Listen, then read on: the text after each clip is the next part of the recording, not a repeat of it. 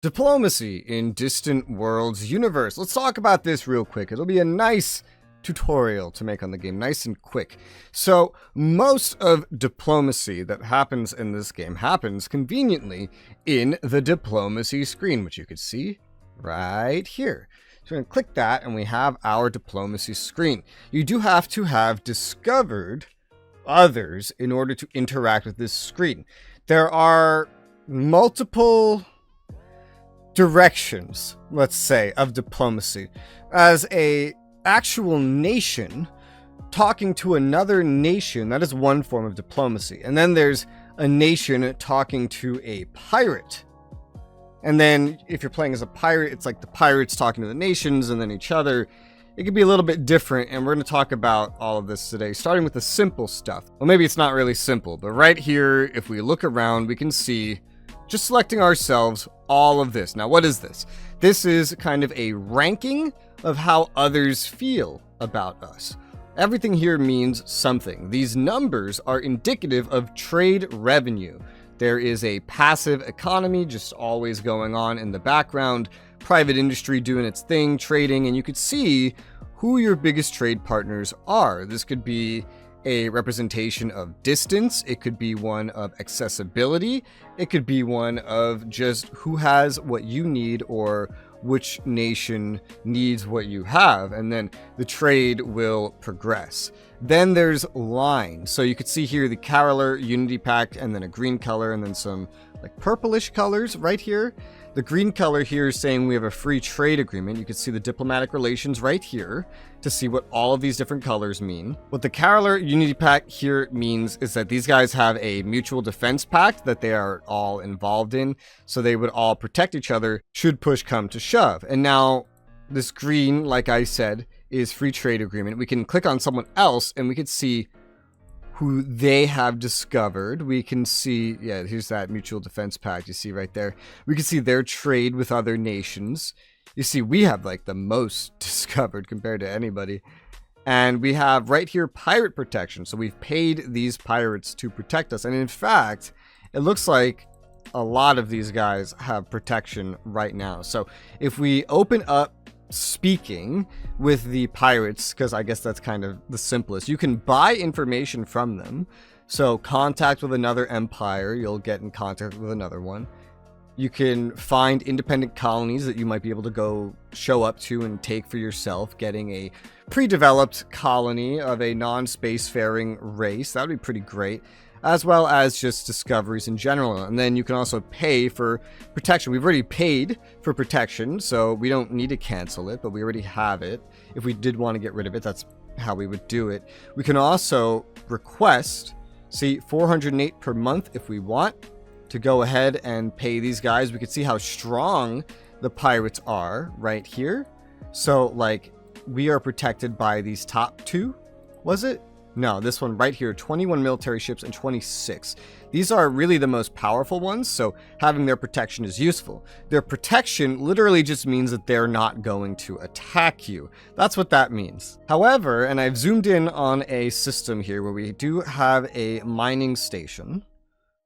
One thing that does come along with having the protection of pirates means I can right-click and assign a mercenary defense mission, for example, or go to someone else's system, if I could see into one of their systems, find something that belongs to them, and assign an equivalent attack mission. I don't think it's really going to let me do it right now, but you've seen how it works. And this will essentially put up a contract, and basically any pirate that we have the protection of will be able to claim that contract, where they will get paid to go either defend something for us or attack something for us. It's a way to get access to more units than I have on the fly, or to even harass other empires without actually going and invading them myself. Definitely a way to get around some stuff. And that's how interaction between pirates and nations works. If you're actually playing the pirates, it basically works the exact same way, except instead of trying to sell like information, the main thing you're really trying to sell is your protection. So you're just building up military ships, doing the military aspect of the game, and then handling that protection stuff. So the meat of this, however, is going to be nation on nation. So we can see, for example, the Acadians here like me. We can speak with them to open up this dialogue. The first thing we have is change relationship. We have a free trade agreement. This bolsters our trade revenue. This bolsters kind of how that goes. It doesn't mean that we're actually trading more. It just gives bonuses to our trade and kind of what we earn from it. The Mutual Defense Pact does the same thing, except it also adds the whole thing of if one of us is attacked, the other will come to aid. And you could see it could go multiple ways where multiple nations can be in one pact, which is really cool. Then we can declare war, of course. If you want to go invade, take over a nation, then declaring wars, how are you going to do it? You can also, and this is a really useful one, especially would be even more useful to this game in multiplayer, right? Give military refueling rights, which means that if they come into our lands, into our space, I suppose, then they would actually be able to refuel in our territory instead of having to like go back to their own, meaning they could wage war through our territory by using our territory as their basing. So you want to be careful with who you give this to as well, but for like your Mutual Defense Pact partners, it's obviously like smart to do. We give you mining rights in our territory. Now this one is even trickier. Basically, this is telling a nation that they can actually come into your territory and build mining stations over your resources, be it special resources or just normal resources. This is a very powerful thing to give somebody, and it, along with military refueling, mainly, especially this one, is just if you really need them to like you for some reason, or you want them to be there for some reason, because that is kind of special to give them access to your territory to mine your resources, and then you're not really getting those resources. So definitely be careful. This is not like Victoria 3 where it's someone investing in you. It's just you're saying, hey, yeah, here, take it. Sure. Then we have the ability to send a gift. Very simple. This amount will scale, small, medium, large, just to make them like you. We have send a warning, where we can try to give specific things, and they will do this to you as well. So I can tell them to stop doing spy missions against us. Stop attacking us militarily. Get your military forces out of my territory. This will help the AI understand what they need to do. And again, they will ask you these same things. Then we can swap maps or tech. So swap territory maps. This is just things that you own. You can swap like, hey, whatever you own, tell me what's there, show me, give me line of sight, and I will do the same. Galaxy map is that, but for everything I've explored and that they've explored, even if it's not necessarily within your own territory. But you can also negotiate a trade proposal where you can trade things, and research will appear here, other things will appear here, money, as well as the territory galaxy map. This is where you can get an idea of your map versus theirs as well. So you can actually use these maps as a bit of a trading tool if you're not just giving them out for free. However, by the mid game, usually, everybody will know what and where everything is anyway. So then looking at this some more, you see down here, trade our Loros fruit with them, and they're not trading Deniba crystals. Whenever you have luxury goods, you will have the ability to enable trading with them. Now, it's not going to make a huge difference to do that other than granting access to that nation. If you're going to grant access to a luxury resource to a certain nation, usually that's fine. And the reason that it's fine is because you probably want them to like you anyway. So whatever bonuses they get from it usually is beneficial to you. Anybody that you plan on fighting, going to war with, like these guys right here, usually insectoids and humanoids and amphibians.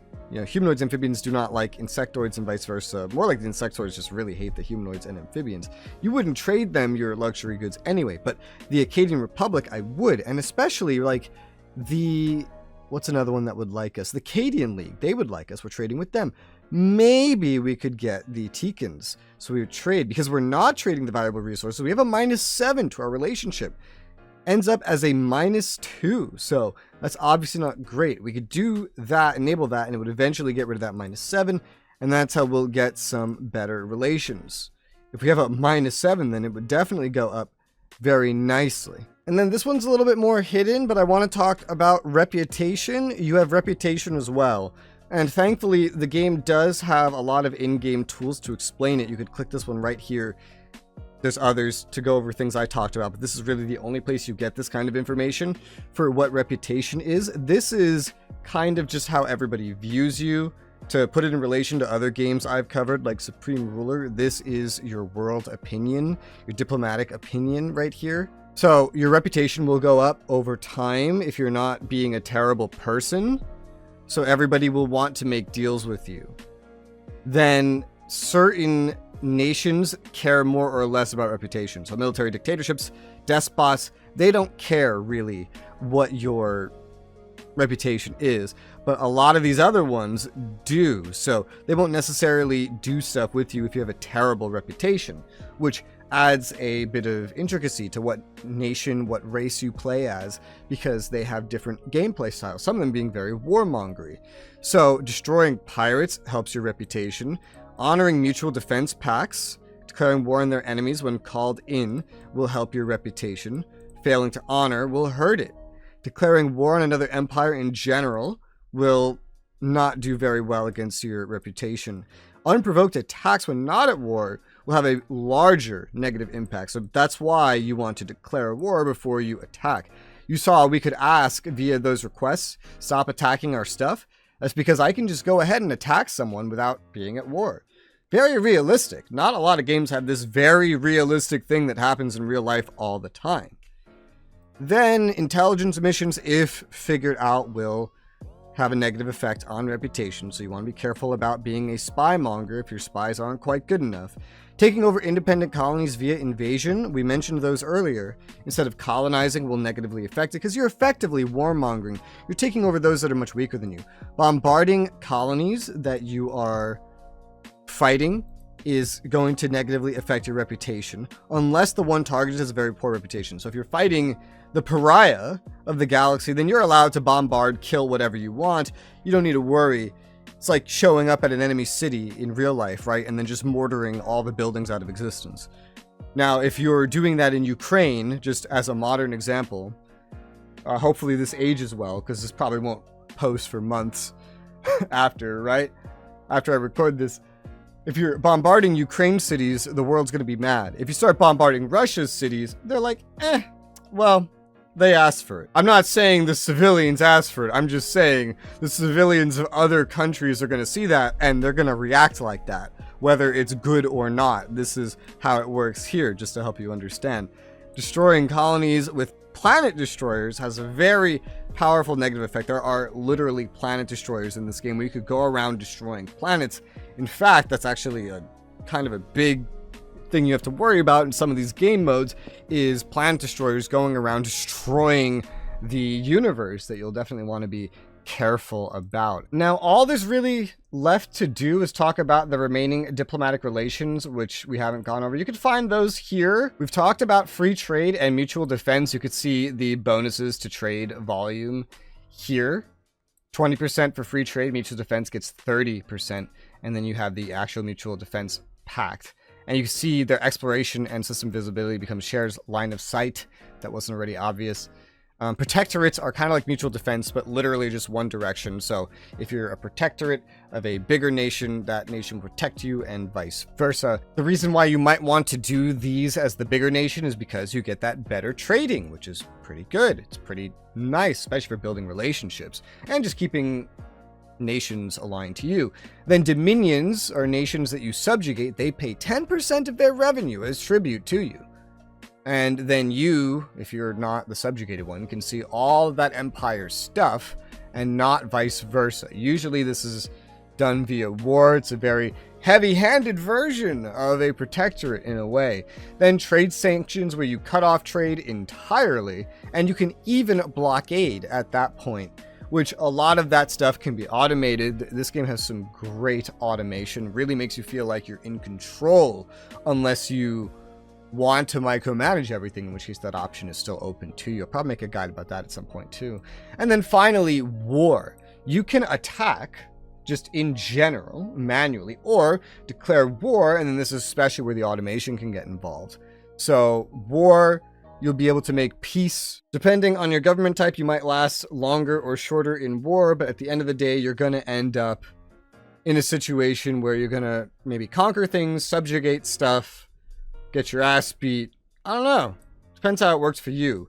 And the only other thing I think really worthy of note for a beginner is the fact that if you go to the Empire policy screen, this is where your automation happens, that you can actually set some diplomacy automation, so you can actually have gifts automated, gifting with limits, or you can have the AI suggest, hey, we should give a gift to this empire. Same thing with war and sanctions, the blockades, all this stuff I've talked about, the willingness to go to war. You can have the AI suggest it to you, or even automate it if you just don't want to take care of them. Maybe you just want to play the military stuff. Maybe you want to automate everything and then just play as like one ship. You could do that. That's an option. And then diplomatic treaties here. Suggest, fully automate, free trade, mutual defense, and willingness to break. You have the different priorities here. It's really nice how much it lets you delegate. So that's going to be it for today. If you have any other questions I haven't quite covered, feel free to leave those in the comments below. If I can't answer them, hopefully somebody else will be able to answer them for you. If you want to see any more guides on this game, leave those suggestions in the comments below as well. And check the playlist in the description below if you haven't already, because I'm going to be making guides, stuffing them into a playlist so you could see if I've already made some. But for now, thank you guys very much for watching, and I'll see you on the next one.